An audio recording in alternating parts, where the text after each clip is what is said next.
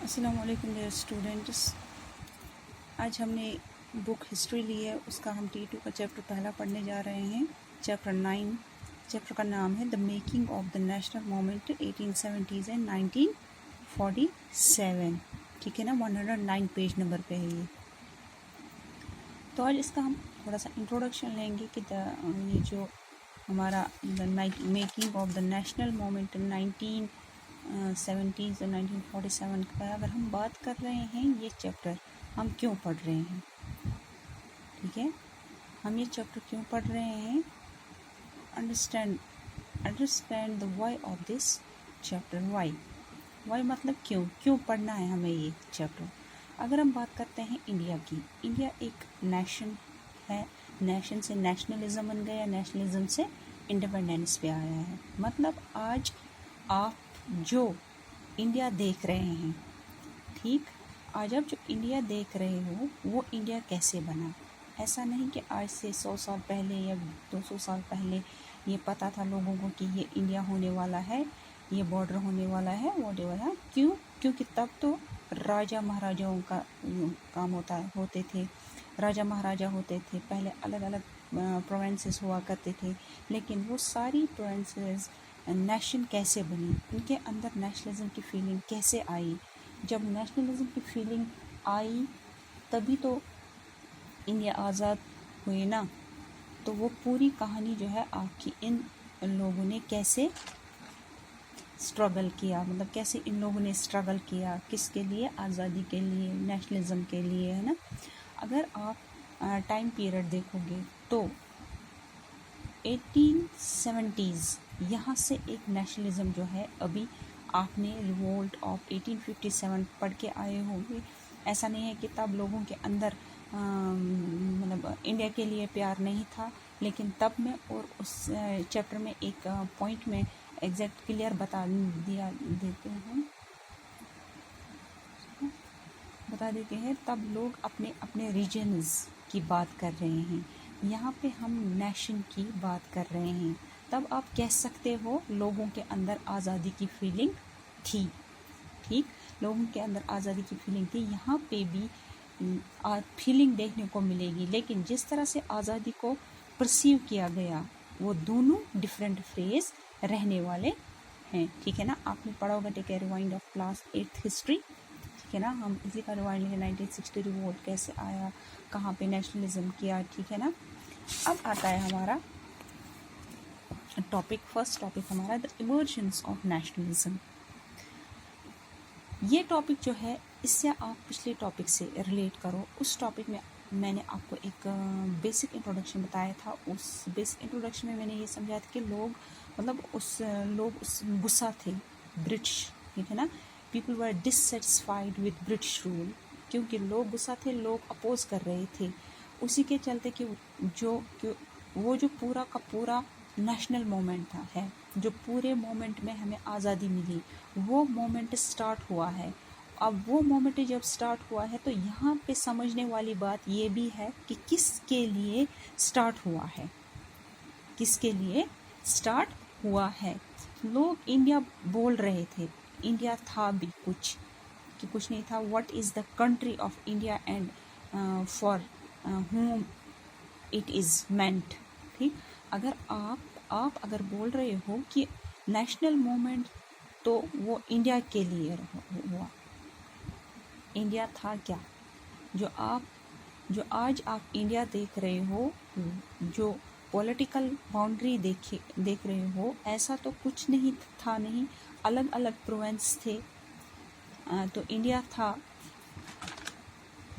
कितना, और अगर था भी किसके लिए था, इतना उसका आंसर क्या देंगे, उसका आंसर हम क्या देंगे, कैसा था इंडिया, क्या था, किसके लिए था, कितना था। ठीक है ना, India was the people of India, है ना, यहाँ पे लिखा हुआ है India was the people of India.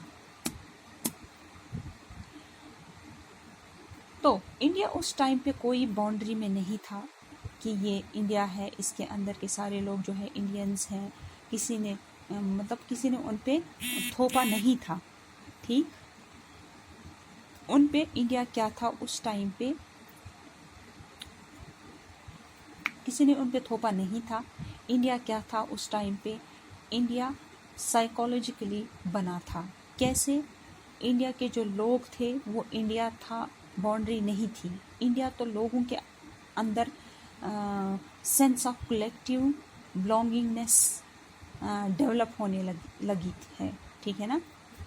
Sense of collective belongingness means क्या होता है, इसका मतलब क्या है कि जे.एंड.के में जो इंसान रह रहा था, या तमिलनाडु में जो रह रहा था, या किसी और जगह कोई इंसान रह रहा था, दोनों लोग क्या कर रहे थे, अपने आप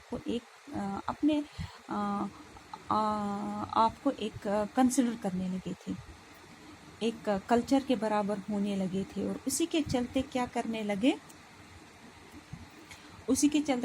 लगे, awareness against the British rule emerge. ठीक, उसमें क्या हुआ, अब कहीं ना कहीं इंडिया को इंडिया बनाने में ब्रिटिशर्स का बहुत बड़ा रोल रहा है। क्योंकि अगर आप देखोगे, ब्रिटिश के आने से पहले जब मुगल रूल चल रहा था, हमारी कंट्री में उस टाइम पे अलग अलग प्रोविंसेस थे। जो आज इंडिया हम कहते हैं, तो उस इंडिया के पार्ट में अगर कोई राजा है जो मुगल एम्पायर के अंडर में नहीं था, तो वो इंडिया का पार्ट नहीं था, उसके लिए अपना एक अलग था। क्योंकि इंडिया मुगल एम्पायर से कंसिडर किया जा रहा था। ठीक, इंडिया मुगल एम्पायर से कंसिडर किया जा रहा था। तो क्या होता था, ब्रिटिश रूल में कहीं ना कहीं सारे लोगों ने देखा कि हमारा जो एनिमी है, जो हमारा जो दुश्मन है, सारे लोग क्या कहते थे, ब्रिटिश हमारा दुश्मन है। ठीक, दुश्मन भी हमारा ब्रिटिश, उन्होंने पूरे सब कॉन्टिनेंट पे कब्जा करके रखा था, ये लोग सोच रहे थे। ठीक है, इंडिया के लोग, तो लोगों ने उनके अगेंस्ट में क्या करना स्टार्ट किया, अपोज करना स्टार्ट किया। तो इंडिया कैसे बना? India was the people of India. India के लोगों ने इंडिया को बनाया। बाउंड्री तो बाद में बनी जब हम आज़ाद हुए, ठीक है ना, बाउंड्रीज तब नहीं थी, बाउंड्री बाद में बनी जब हम आज़ाद हुए थे। ठीक, तो all the people irrespective of class, colour, caste, creed, language और जेंडर।